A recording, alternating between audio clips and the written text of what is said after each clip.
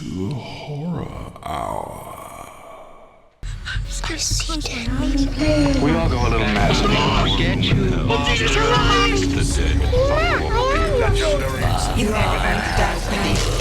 Here's Johnny.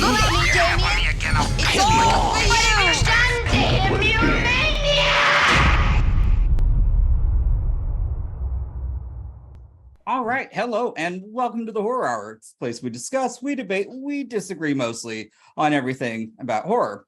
And today I'm really excited. Well, I'm one of the co-hosts, Yutaka, joined by Liam. Hello. And a special correspondent, Mera. Hello. And we're here with, which I'm really excited. We have the writers of Scream 5 and Scream 6, Guy Busick and Jamie Vanderbilt. How are you all? Doing great. Doing great. Hello. So we're gonna, now that Scream 5's already been out, and we've seen all the fun stuff come about it, we're gonna chat about that, hopefully maybe a little bit about 6, and then again, what you all have going, next, even though I think somebody's got Final Destination, so we might have to talk about that too. I will say what I can. Yes. So I guess my first question then, has everything wrapped for your guys? On Scream 6? Yeah, we just wrapped. So I do have to ask, a few days ago. is there a sigh of relief now, or is there still just, you got more that you still got to do, or? Yeah, I mean, I always think there's a sigh of relief. In terms of getting it in the can. It's a movie. We're really happy with it, and getting Radio Silence and William Sherrick back into LA. I think everyone's just we're happy that we're at this point. Yeah, completely agree. Very, very excited.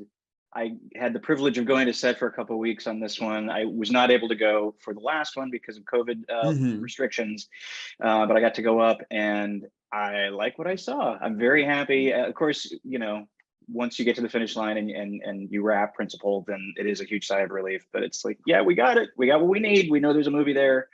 And next steps are always really exciting. And I'm just on pins and needles waiting for that first cut. So excited. Yeah. I was going to ask, how involved are you, in the filming process? Are you being sent rewrites, or what is that like for you after you've written it and they're filming it? There's a constant text chain going around. Basically, it's things happening on the day that need adjusting, or like we need a new couplet here or something like that. Really minor though. I mean, it's not like we're getting sent big changes once shooting starts. And I'm kind of, I probably shouldn't say this, kind of shocked that how they go through different colors of pages with every major rewrite, and generally you get to like the 18th color in line. Not too many colors on this. By the time we got the script locked double down, chartreuse, sir. Yeah. I think we only made it to pink, which is the second color. Did we only get to pink? Yeah, I know. Amazing, actually. That might be a first. I mean, there were a billion rewrites before that, but once we got the script locked down, usually a million during. They're just on rails. It's totally easy. No. I also think that the thing, that I feel like as a writer, we're sort of very lucky with these movies is we're all friends. We've all known each other. We've all worked together before Scream. So there's a level of trust and kind of shorthand. And so, Guy and I are never worried they're going to bring in other writers after us. The directors are never like precious about, like, if anyone has sort of thoughts or issues, it's just best idea wins. And so it's a very collaborative situation. And we've all been in the foxhole together before. We all sort of trust each other and are able to, have, if there are ever any sort of creative differences, have those conversations before the day, so that by the time they get on the floor with the actors, it'll be stuff like, hey, we need if someone is walking somewhere before they get to the action, we need a line before that just to come in on. So it's stuff like that, rather than, oh no, we need to change the way the second act ends, That's fascinating. It really is. So mine's a little bit of a backtrack to when you very first found out you were writing Scream. Oh shit! Sorry, the dog's biting me hand. Oh, no. Not for you. I'm sorry about your hand. What was the first thing that popped into your head when you found out you were getting it? I can go and then Guy can go because we had different sort of situations with it. So I have a company called Project X, which along with William Sherrick and Paul Neinstein are producing it. So we found out sort of, and our friends, and forgive me if this is a little bit of a longer answer, we knew Gary Barber, who ran Spyglass, and we knew that Gary was going to do something with the property of Scream. And so we basically went in and made the pitch of, we would love to be the ones to do this. And I have, you know, that first movie and that first screenplay meant so much to me. It means so much to me.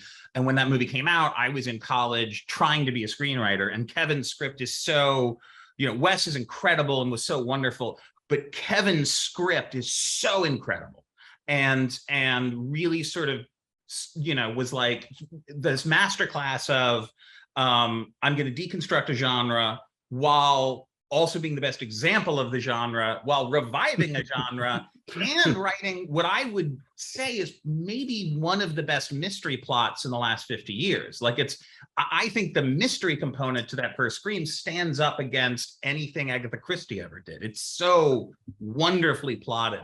And so, you know, as a fan, I, you know, really wanted to do it. And Gary Barber, you know, trusted William and Paul, known him forever, and sort of looked at me and sort of said, you know, I'll do it if you write it. And I was like, okay. And I was like, okay. And we walked out of the office and got in the elevator, and I turned to my partners. I was like, did we just get Scream? Like, it was like it happened that way. And I knew, we all knew we really wanted to get into it as quickly as possible. And I knew I really wanted to write it with someone. And usually I don't, Guy and I, you know, Guy is sort of my first writing partner. Usually I write sort of on my own, and Guy written a lot of stuff on his own as well. But I really sort of wanted to be with someone who I knew cared about the franchise as much as I did. And so I cleared that with everyone else, and then I called Guy up, and then I let Guy take it from there. Yeah, that's one of those phone calls you never forget. You know, it was the easiest yes of my entire career. And I'll always remember exactly where I was standing, what time it was. It was just crazy. It was just, I thought he was calling with bad news about one of our other many projects together that he was producing and I was a writer on. And it was the opposite. And it was something I would never have predicted in a billion years. And like Jamie, that first Scream movie was such a formative movie for me. I was not really a horror guy until Scream. Like I could appreciate it, I watched it, but that was the one that kind of blew the doors off the whole thing and made me realize, oh, you can have characters that are well-rounded, you actually care about, you can have humor, it can feel like a roller coaster. It doesn't have to be a grim gore fest. It was just very mind expanding. And as I always say, like, you can draw a straight line between Scream and Ready or Not, you know, in terms of the tone and the feel and the pace and things like that. So yeah, hugely influential. And I was, you know, Kevin Williamson was one of my writing heroes as well. So from there, I mean, in terms of the first things we thought about, our process was we sat down together as soon as we agreed to do this, watched the first 4 movies and wrote kind of a wish list of like, okay, we're Scream fans, and, you know, we're going to be the stewards moving forward of this next installment. So like, what do we want to see? And who are our favorite characters, and what elements do we want to bring back? What characters do we want to bring back? Where is it set? All that kind of stuff. And we just kind of wrote separately on our notepads and things. And then at the end of that, we're like, all right, let's compare notes. And we were really hoping we're on the same page. And it was everything lined up almost exactly. We'd written down pretty much the exact same things. And we're like, okay, this is going to work. So we knew that we were passing the torch. We knew that the OG cast was going to be in a supporting role this time. But we wanted to tell a story that included all of them, if we could get them. So we were like, if we write it, they will come. Just hoped and prayed.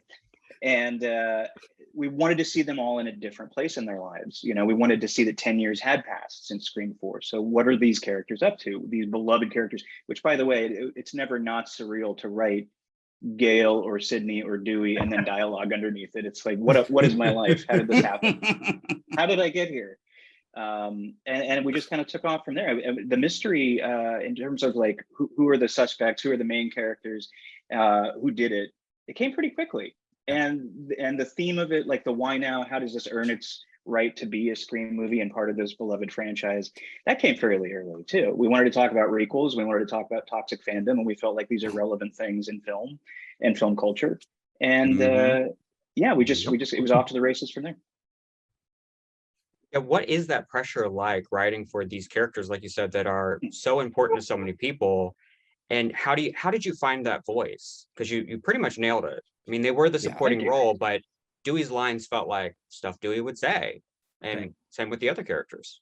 That's really great to hear. I mean, I'll let Jamie take this one. No, I mean, I think we probably would have the same answer. It's just, I think we first of all are truly fans of all of the movies. And one of the things Guy and I talked about really early was we wanted this to be a sequel to all of the movies, not just the first one. And so that's why we, brought Judy Hicks back. That's why we, but it's, because we love them so much, I think we just really worked hard to make sure that those voices were clear and sounded like them on the page. And then also, having, the real actors come in and do it doesn't hurt. I mean, nobody can, deliver a Dewey line like David Arquette, and I'm sure there was some stuff. I know that, there were a couple moments where Nev would go, no, this is shorter. This is a little, take this word out, take that word out. Sydney would say it like that. And that's great. Like, that's what you want, in situations like that, is actors who've had such connection to these characters for so long, telling you, oh, I really like this, but I think that I would say it this way. It's like, perfect, say it that way. And the director, and a big part of that too is Radio Silence. The directors were completely on board with that as well. They're huge fans of the franchise as well. So like, we all sort of came at this from a place of fandom and love, and wanting to get all of those characters correct. And then also wanting to create characters that felt like they lived in the same universe as Sydney and Gale and Dewey. Yeah, and to answer the other part of your question, the pressure was enormous. It was not something we took lightly. Like, we sat down and it was kind of a yay, and also what did we just agree to do, because we didn't want to mess it up for the fans, and we didn't want to mess it up for ourselves because we're fans. And I think we were oddly protective of it too. And it was like, well, at least we know if we're doing it with love and respect for what came before, and for the fans, and for Wes, and for Kevin, and everybody involved. But we just took it really, really seriously. I know we do for every project that we do, but this one was particularly special to us. Yeah. And the last thing I will say too is I think that we were careful with it, but I also sort of feel like I've been in situations on movies where, people are very scared to mess up the IP. And I've always sort of felt like fear is a little bit the death of creativity. Like, you can't be, if you're nervous about, oh God, I hope I don't fuck this up, I hope I don't, you're closing off the opportunity to come up with really great ideas. So a lot of this was more about, rather than, oh, we're going to resurrect the franchise, it is, we're going to get one shot at this. We're going to look at this as if you only get to make one Scream movie, and oh my God, I can't believe we get to make a Scream movie. What do we want to see? Like, let's just leave it all out on the field. We're going to take some risks. We're going to do some stuff that might not be popular, but that's better than tiptoeing through this and just trying not to offend anyone. Yeah. No, I mean, I love that. And I guess I'm kind of curious then too, because you nailed the toxic fandom in general. In any big franchise, they all have them. And so I thought that was done really well. I would love to know, with 5, what were your favorite scenes to write or see come to life? Because I mean, I know mine, but I'm just curious as to yours. Go, Guy. Yeah, I have a favorite, because I took the first crack at it and it didn't really change that much. The Dewey and Gail reunion scene. Yep. Knowing these characters so well for 4 movies, and knowing that we had separated them, and that Dewey had fallen on hard times, and that we had to come up with the backstory of when and how and why did they separate, and bringing in all the real life stuff too, which we knew the actors would. It was a privilege to write that, and then to see the dailies of it, and then to see the final cut of it. It was it just gives me chills to think I was, I was able to contribute to the lore of those two beloved characters in that way. Yeah, I mean, I love that scene, and also sort of guy in my process too was, we sort of broke the movie together, and then sort of beat it all out and knew what the movie was, and then there would be certain things where like, I'd like to try that first. Do you mind if I try? Okay, then I want to try this, and so that's how we kind of broke it up. And so for me, the one that I really love doing, and I think I took the first swing at that was the opening. Just writing a Scream opening was super fun. And knowing kind of that we had the fastball that she lived at the end. Like that was it was just sort of really exciting to try and twist that, and then to use, stab movie trivia as the trivia, and that like the meta upon meta starts early in the movie. And then all of the sort of the technological stuff as well. Was super fun. Some of that was actually in another place in the movie. We pulled it up into the front, but that one for me. And then I gotta say, and Guy and I both took huge whacks. Just the stuff in the house, the whole third act is just, running around the Mocker house is so much fun. The basement stuff. Oh my! I was gonna say that scene I don't think changed a line. And the most wonderful thing was when we turned in the first draft and Kevin read it, he was like, "Don't let anyone take this scene out of the movie." Like, he's like, "This is Scream. Don't let anyone fuck with the scene." He's like, because you don't need it. Yeah, it doesn't advance plot. Story-wise, it doesn't advance, which he's absolutely right. It doesn't. He's like, "Don't let anyone touch it." So yeah. I believe we kind of improv that scene. I think that we kind of wrote it in person before we went to script, because we had a really, really long process of just sitting in a room together and going scene by scene, and we just like throw out dialogue. Yep. And Jamie would write it longhand. I was sure. Okay. And we would just go back and forth as the characters, as Amber and Mindy in that scene. And I don't think it really changed much from that day. It just basically transcribed your notes into the scene, and then it just lived like that. Mm-hmm. And I think I generally play Mindy. I just love the character of Mindy. I definitely is the Mindy vibe. Yeah. She's and I by default play Amber, who's named after my wife. So exactly. Yutaka, was that your favorite scene? That the one you were going to say? It was absolutely. Mine too. It's mine too. That's awesome. It's so good. Yeah, same here. When that scene happened, I was just like, "Oh shit, this is exactly what I expected." But I wasn't sure how it was going to turn out. But I mean, I love Jasmine Savoy Brown. Yeah. I heart Mindy so much, but that scene was just so, the tension, but also the comedy. Loved it. Oh, thank you. The tension, and then it just is so reminiscent and builds in the way that I feel like is very rare, that even though the sequels are all great, we haven't really seen that kind of energy since like the first or second one. And then on rewatches, it pays off even more, honestly. It does. Yeah. It's great. It's pretty amazing Mindy makes it out of that basement alive, but thank God she does. There would have been riots. We love Jasmine as well. Oh my God. And Mikey's so and great. holy cow, Mikey's great. Yeah, she went full Billy Loomis in that third act. Just really went for it, as did Jack. Part of the great thing about being able to make another one is that we get to, but there was definitely a moment where we're like, "Oh man, they're not," you know what I mean? They're not, it's the whole crew can't come back, so it's it's like, "Oh, we're not gonna have Jack and Mikey on this one." Okay, I'm also sad about Jack, because I also loved Jack, He's but so it's fine.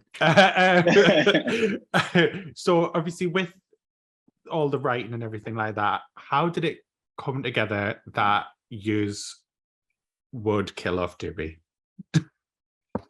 It was something we talked about really early on, and it was it was something that, and Guy, correct me if my memory is wrong about this, but that we both, when we sort of were taking notes first, there were certain things that we both independently came to.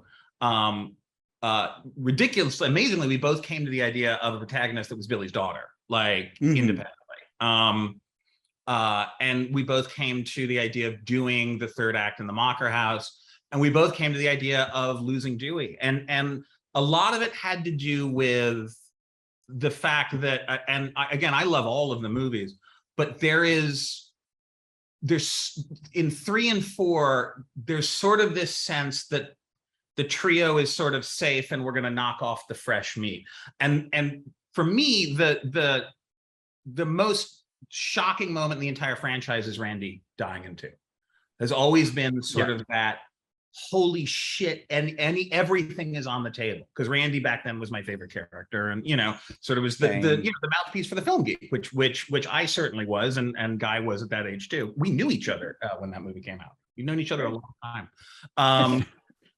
And so I think we sort of felt like we needed to do something like that to really sort of sell that everyone was in danger. We felt that, he's such a beloved character. He's, our favorite character, that it's sort of, there's this sort of, this phrase in screenwriting, which is you have to kill your darlings. And this was a little bit of that. And so it was a difficult decision, but it was also, it kept feeling like the right decision. And it sort of is once we realized that we have these 2 sort of separate problems too, and Guy, jump in wherever you want to, but we knew that we wanted the movie to take place in Woodsboro. We knew that Sidney Prescott would never go to Woodsboro. I remember seeing stuff online, well, Sidney counselor at the high school. And I'm like, are you kidding me? Would you ever set foot in that town again? And so we had this issue of how do we get Sidney back? And we realized, and we also had this sort of situation of, we felt like one of the big 3 had to go. And we realized the only thing that would bring Sidney back would be something like that. And once those 2 things fell into place, we just went, that makes sense. Yeah, we did decide that early, and then it always, no matter how much we would second guess it, it always felt like the right answer. And we wanted to just make sure, because as Jamie mentioned, this is our favorite character in the franchise at this point, and Dewey was always my favorite character, and he feels like kind of the heart of the whole thing. And if you're going to get the emotional reaction from the audience and the investment from the audience that you want at that stage of the movie, that was the correct choice. And another thing that made us feel a little bit safer about, not safe at all, but feel a little bit more confident about it, I should say, we haven't really touched on, is that Kevin Williamson was involved from the beginning on this movie, and on the subsequent movie that we just wrapped. He was the godfather of this whole thing. This all sprung from his brain. And so he shepherded this. He read every draft. We would sit in a room and go page by page, line by line. This is Scream, this is not Scream. And he was invaluable. And he was on board. Mm-hmm. And he basically, his sort of credo was, it's a slasher movie, people die. And, it's, as Jamie said, when it starts to feel safe, you're dead. So it was a stakes thing. It was a, edge of your seat thing, keep you invested thing. It was just, it checked so many boxes, and it was still one of the most painful decisions as a creative person, as a writer, that I've ever been through. And I know it's same for Jamie. And we were not happy about it. And it was very, very difficult. And, it'll probably haunt me for the rest of my days, but as a storytelling point, I feel like I stand by it completely. Emotionally, I'm a wreck because of it. Yeah. I wanted to ask you, you mentioned that when you were doing the first one, you went all in as if this was your only movie, but I imagine you had to have had some sort of idea because obviously you're done a sequel. Did you have plans or ideas that you guys had for future movies when making that first one? I mean, speaking for myself, I think there was nothing planned that we put into the 5th movie. Again, it was very much wanted to be a self-contained. Does your brain noodle? Absolutely. I know that Guy and I never really had a conversation. Again, it was sort of like the separate pads. It's like, maybe we have an idea for another one. All right, well, if we get to another one, maybe we'll talk about it, So for me, not really. I mean, and again, that's the process in this one has been, on 6 has been, all right, if we get one more shot at this, what's everything we want to put in it? And I just think we constantly, if we get to make these, we want to continue to sort of leave it on the field. I'm not always a fan of well, if you wait 3 movies, there'll be a payoff. You know what I mean? You know what I mean? Like, I've also been involved in movies where you know, people will say that, and then you don't get to make another movie because you know what I mean? It's like, yeah, wait till part 3. It ain't gonna be a part 3. So, you know, I think just in terms of that, but I think we had maybe little vague notions, but nothing super concrete until we really started until we all as a group decided, okay, we think we can make another one. What should it be about? Guy, do you think that's true, or did you have the whole thing in your back? No, that's completely true. Because you don't want your heart broken. You know, once you get really invested in an idea for the sequel, and we didn't know how this movie was going to do. We didn't know how the fans were going to react, or the box office in general, how that was going to go. Are people going to care about this franchise 11 years after the last installment? No one knew. And so, yeah, we would have, you know, our separate notebooks, and we would jot down little notes throughout the making of or the writing of 5 even. But there were never any real conversations. And then it was just, again, such a bizarre experience that we were like, okay, we're having our first meeting on the next one, and because it looked like there was going to maybe be a next one, or at least a script for a next one. And we had that first, I think it was a Zoom meeting on that one. We were like, okay, I've got my ideas and you've got your ideas, and we haven't really talked. And I went first, and I was like, okay, here's what I think about the opening sequence of this one. Here are some of the big sort of ideas of it, movements of it.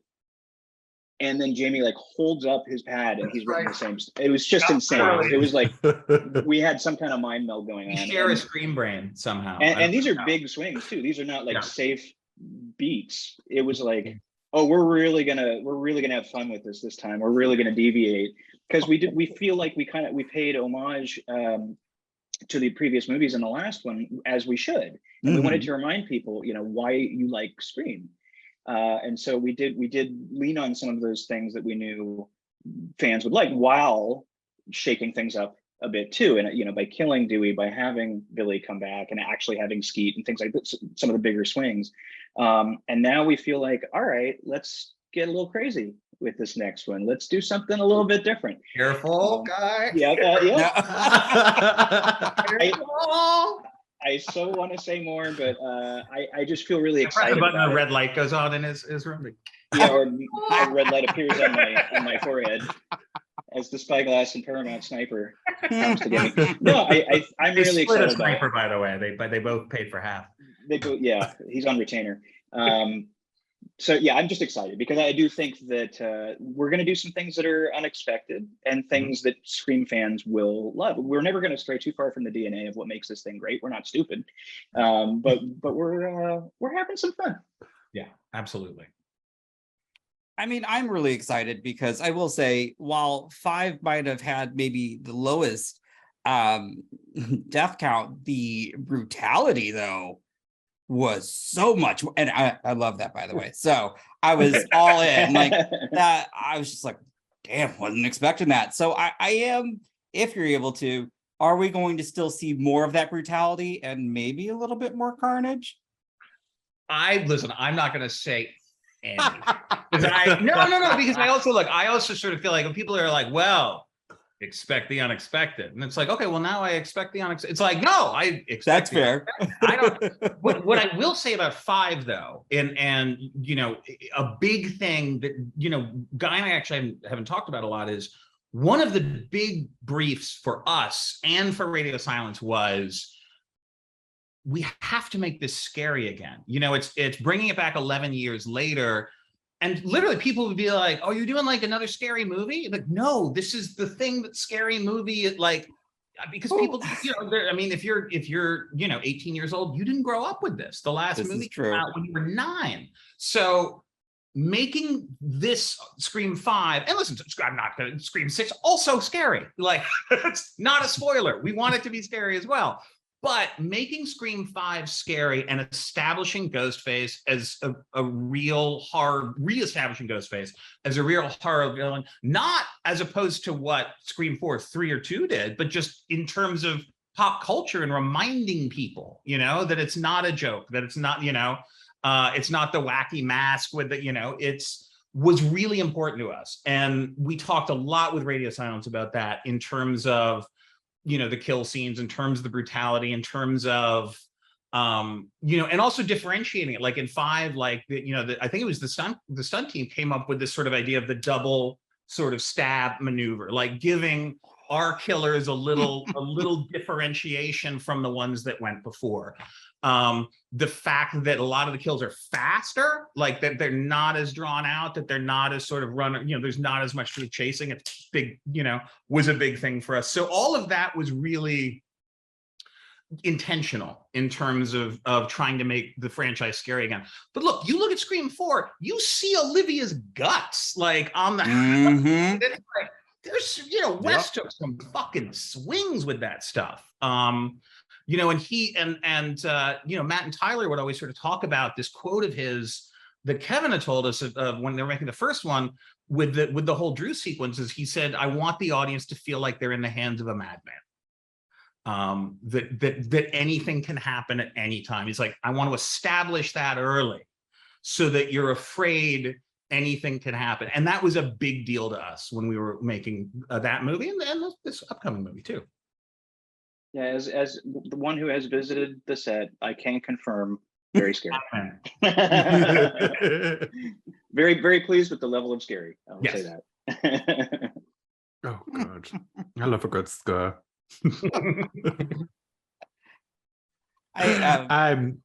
Oh, sorry. Oh no, I was just gonna say I remember being in theaters seeing Scream 1 when it came out, and I do remember that opening sequence and that whole process and just the blood leave my body. So I'm happy to hear that, because I still, there were certain sequences in 5 where I was like, oh, I was not prepared. Like, and it was a press screening, so there were like maybe only 6 other people in the theater. And I'm like, am I allowed to laugh? Am I allowed to like jump? Like, what's going on? And then now I'm like, I'm watching this scary film and there's like no one really in here, and it's freaking me out even more.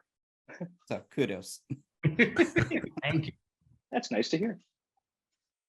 The whole Wes and Judy Hicks scene, oh, that one is so good too. That's so good. It's so good. It was painful to watch, but it was so good. Thank you. And I got to give credit to the directors on that. The whole thing with the doors with Wes, like, being obscured and thinking that Ghostface is behind the fridge door, the cabinet door, the front door, all that. They completely came up with that in the space, and it really amped up the tension of that sequence, because it was going to be scary and suspenseful anyway, but having that device was so fun, and you're just sure it's here, you're sure it's here, and it's not, and then it's the last place you expect, right behind you. Yeah, they're just, a testament to their brilliance. Absolutely. But a testament to yours as well, with in the car, Judy, when Judy was talking on the phone, absolutely hilarious. And it was just so funny. Like, I'm a fan of musicals, just hilarious. Well, and Marley is so great. Yes. And we loved her in 4, and she's playing a slightly bigger, kind of puppy dog version of the character, and we wanted to give her something different to play too. Like, she's older, she's a parent. She's now got this responsibility of being the sheriff of Woodsboro. She took over for Dewey once Dewey kind of fell out, and she just nailed it. We had confidence in these performers, and bringing back Heather Matarazzo for Martha Meeks as well was another thing that was important to us. It was like we know they're going to bring it, and they all did, and it was just such a wonderful, fulfilling thing to see. It was like, yes, these are the characters and they're back, and it feels like Scream, and we love it. So kudos to all the performers, new and returning.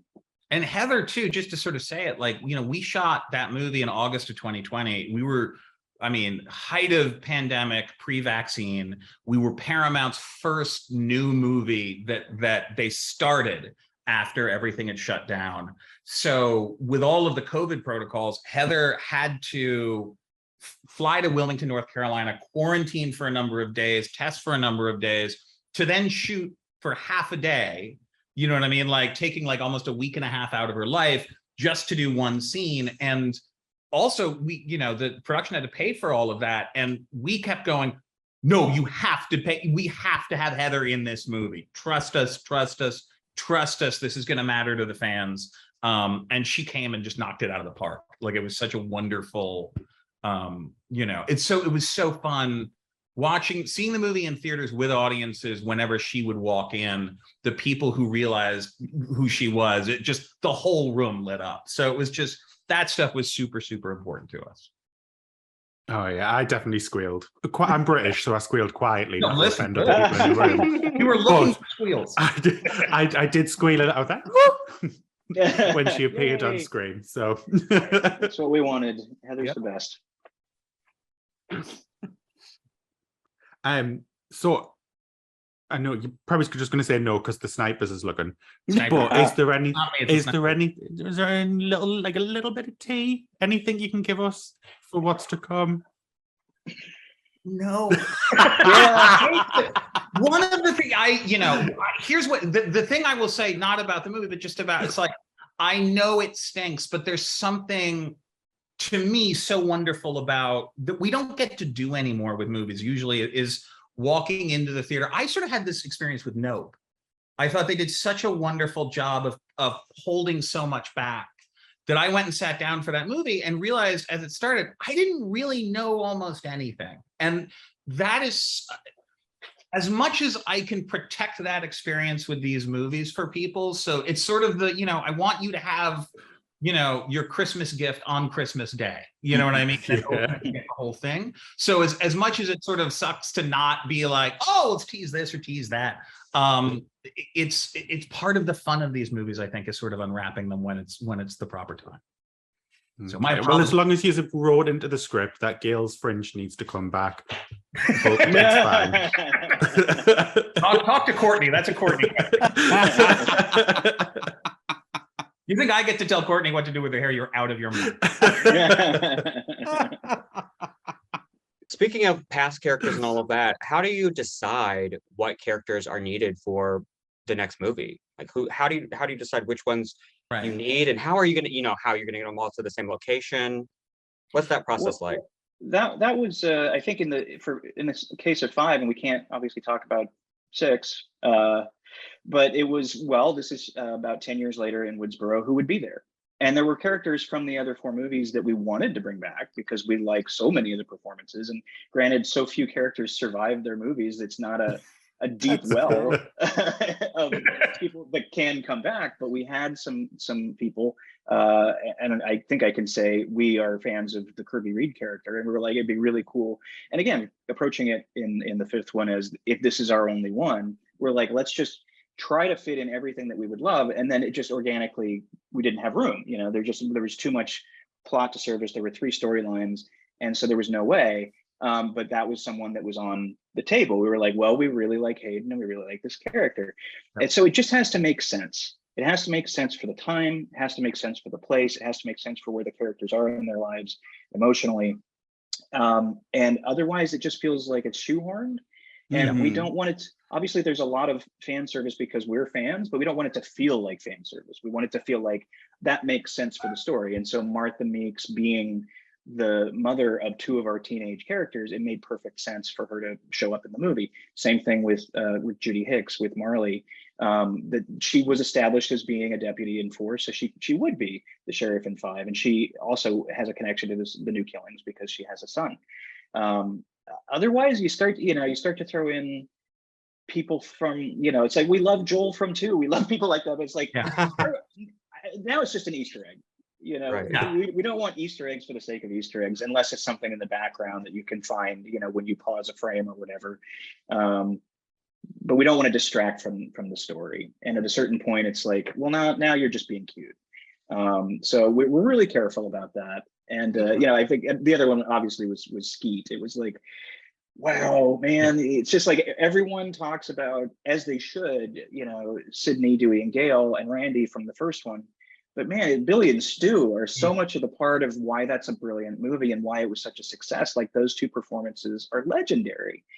And the idea that, we had come to that, like, what if Billy had an illegitimate daughter, which actually tracked with the character, because the whole movie he's trying to sleep with Sydney and she's saying no.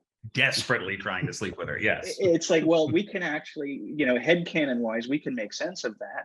And we're like, man, wouldn't it be great though to have Skeet back? And we just kept kind of laughing about it, like, oh man, that would be great.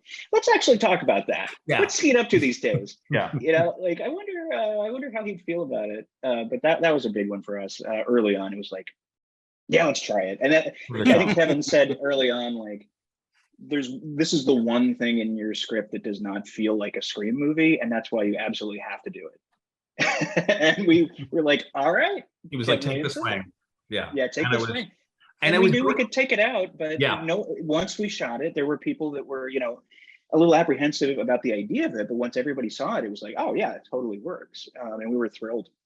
And Skeet's lovely, and it was just like, oh my God, we get to see Billy Loomis again after a fashion as this construct of his daughter, who's, you know, got some issues. Yeah, but it all sort of fed to that story, you know, and I think also we were really interested in, you know, Sam's story of someone who left home, who's got to go back to that town. It was really important for that town to have its own characters and have its own life and its own continuity from the other movies. So like I said, Martha being there, Judy being sheriff now, we knew Dewey was still going to be there, but not the sheriff, that there was going to be sort of a life within Woodsboro. And then there was the thing that she was haunted by that came from Woodsboro, which was Skeet. So all of that sort of led to who we wanted to bring back into the movie, as opposed to the, you know, the tail wagging the dog. Okay, so different question along that lines. If you could bring back any character that has died from a past franchise or past episode, sorry, go on. Who would you bring back? I have to jump on the grenade you just threw in front of Guy. I can't answer that question. The reason is, and I think that the reason is because then you're going to go, well, maybe they'll bring him back. That's very true. Yeah. Or they're definitely not. Yeah. Great question. Yeah. Oh man, I wish I could answer. And Jamie knows exactly what I know exactly what you're going to say. That's what you can't. Yeah. But yeah. Parker Posey. Because I know that's who I want back. The soundbite would just go everywhere. Yeah, no. Yeah. You know, well, here's the really politic answer to the question is, God, those movies were so well cast, right? I mean, like everybody was so, like Wes put so many different incredible young actors before they were hugely famous. I mean, like in those movies, like it's such a, you know, just it's such a, you go back and watch those movies, it's such a deep bench, every single one, you know. So a lot of great ones to choose from if you were to do that, but not doing it. Then I guess what I drive over to your house, Guy, and stop you. I can feel your hands around my throat. Just as soon as the question was asked, I'm like, yeah, no, this is. I'm sorry I cut you off, by the way. That's how dangerous I thought that question might be. Oh no. It was probably best that you did. It was ready to slip out, and then it was not. Now I've got the scene from Child's Play 3 stuck in my head now. In the end, I am curious that, you know, kind of to move away from Scream. You know, I think just at least the past year or two has been really great in horror. I'm curious what project just really excited you, or were you enjoyed seeing either on the screen or screeners or however. Oh, other movies? Mm-hmm. Well, we part of the whole family, because we have a social group, many of which are other writers. Orphan First Kill that just came out was such a treat, and Jamie grew up with the writer David Coggeshall, and we both know David Leslie Johnson very, very well. Really well. Who wrote the first one and then produced this one. What a treat! We all saw that together in the theater on opening day, and it just brought the house down. We were just like, this is so fun. Everyone was just on board. It was such a roller coaster. The twist was, you know, so smart. And my jaw was on the floor. Mine too. I hadn't read the script for whatever reason. I think it was pretty protected. Yeah, Jamie hadn't either. And no, they were like, wait for the movie. Yeah, because they were very, you know. And I just didn't know what to expect. And it was just like, oh, wow, that was so smart. So hats off to our friends, David and David. Yeah, that movie's so great. And it's also, it's what's so amazing to me about it is literally there's so many people who walked into watching that going, why would they make another one? And came out of it going, I want a third one right now. Yeah. Like It's Yeah. so just it works on every level. It was so wonderful and so much and so joyously evil, and it was great. Yeah, and then another that's you could argue it's not a straight horror, but I would probably argue against it. Prey. I know Jamie and I both were blown away by Prey. Oh my god, so good. Oh, It was just. I mean, I love Dan Trachtenberg. I love 10 Cloverfield Lane, and so I was excited for it just from that. And I hadn't watched any trailers intentionally, so I could go in pretty blind. I knew the premise, I knew the time period, but again, that was a really, really good and fun movie. Agreed. Yeah, that was yeah. that was a game changer. It was Yeah. so much fun. Yeah, it's like this is how you do an unexpected entry in a franchise. This is the new gold standard for like how you can reboot a franchise in a really cool and unexpected way that feels right, but you never would have thought of it on your own. And then you're like, oh well, yeah, the world is so much bigger than what we've seen. It doesn't have to be present day. You can go anywhere. You can set up anything. So really love that one. It was so. I mean, also it's just that it was great, simple storytelling, and I don't mean simple like it wasn't hard to do, but I mean just stripped down, wonderful, basic, and made the Predator scary again. Sort of the same thing we wanted to try and do with Ghostface is like, I remember seeing the first Predator movie when I was a kid and being terrified. And the trick of that first movie is it's sort of a mystery as well. You don't know what's hunting them. You don't know what's chasing them. Once you reveal that, it's sort of with all the other sequels, it's really hard to kind of put the genie back in the bottle. Because it's like you watch Predator 2, which is a fun movie, but like your main characters are running around for like an hour being like, what could be doing this? And you're watching that. Well, I know it, the Predator's doing this guy. Danny, it's the Predator. So it's really hard to reinvent that. And Dan Trachtenberg did such a and the writer did such a great job of that, and made me truly afraid for these characters and created characters that I didn't want to die. I didn't want the brother is so wonderful in it as well. Like just soup to nuts. What a great movie. Yeah, so good. No complaints. Mera, did you have any before? I had one more question, but I didn't want to take from anybody else.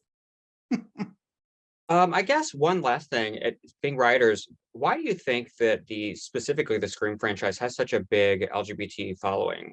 What do you think it is about those movies? I think Kevin kind of baked that in from the get-go, and I think that if it wasn't completely on the surface, it was always there. And we respected that, and having Kevin's perspective as we were doing 5 was very, very helpful. So I don't know. I mean, specifically, I can't speak to it, but I feel like it's always been part of the DNA. It came out of Kevin, and it's like he describes the first movie as it's a love story between these two guys and the woman who came between them, and that makes a lot of sense. And we kind of just took that to heart, and we're like, okay, we have a representation with the Mindy character, and there's some other ambiguous relationships in the film, and we want to represent the real world and be very inclusive, and I guess that's kind of just what's on our minds and in our hearts with this franchise. Well, if you need to drag Gale Weathers for a sequel, I'll be available. There you go. I call. comment on the outfit, which is perfectly Gale. And the bangs are I mean, it's iconic. I guess I will finish then with what do you guys have next that you can talk about, or that I know some things have been released or announced, which I'm really happy about, but what's next for you guys? A few things that haven't been announced, unfortunately. So you mentioned Final Destination, currently in the writing process on that. And there's some exciting things happening that haven't been announced, so I can't say, unfortunately. But another person in our little group that I mentioned, that David and David are part of, David Cockershaw's wife Lori, it's a writing family, a horror writing family, and Lori and I are co-writing the Final Destination script right now. And I literally can say nothing about that other than that it's been a thrill and a treat, and it's another franchise that's really close to my heart, and a premise that is just never going to get old, and it's always got legs, and it's so smart. And John Watts, director of the Spider-Man trilogy and Cop Car, is producing, and this came from an original idea of his that is brilliant, and it puts a new spin on the whole franchise that everyone's really, really excited about. Oof. Ooh. Well, please don't make me terrified of everyday objects. It makes That's the point. previous ones the whole make my point. life hell. We have to. I apologize in advance because that is our goal. Yeah. Specifically you too. I still will not drive behind logging trucks to this The day. amount of lives saved from Logging that. trucks, sunbeds. Right?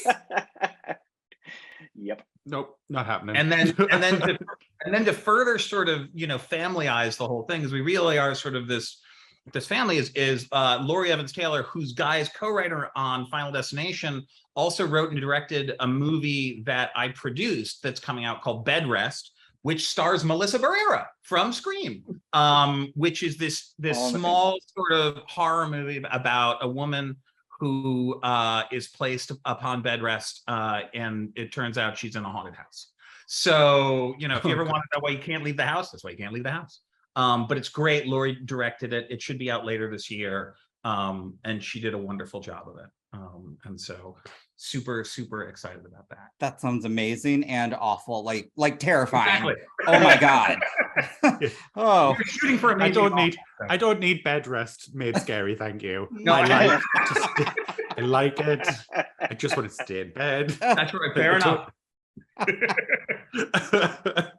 well, again, I just want to say thank you to both of you for coming on, just shooting the shit with us, talking Scream 5, a little Scream 6, and everything else. It really means a lot to us. I'm just really excited. Can't wait for the next Scream project. And I just can't wait for more horror. Honestly, that's, you know, what I'm here for. So, and I just want to say thank you to Liam for joining, and thank you to Mera for joining. And until next time, bye everyone. Thank you so Thank much. you for having us. Bye. We had a great time. You have been listening to the Horror Hour. See you next time.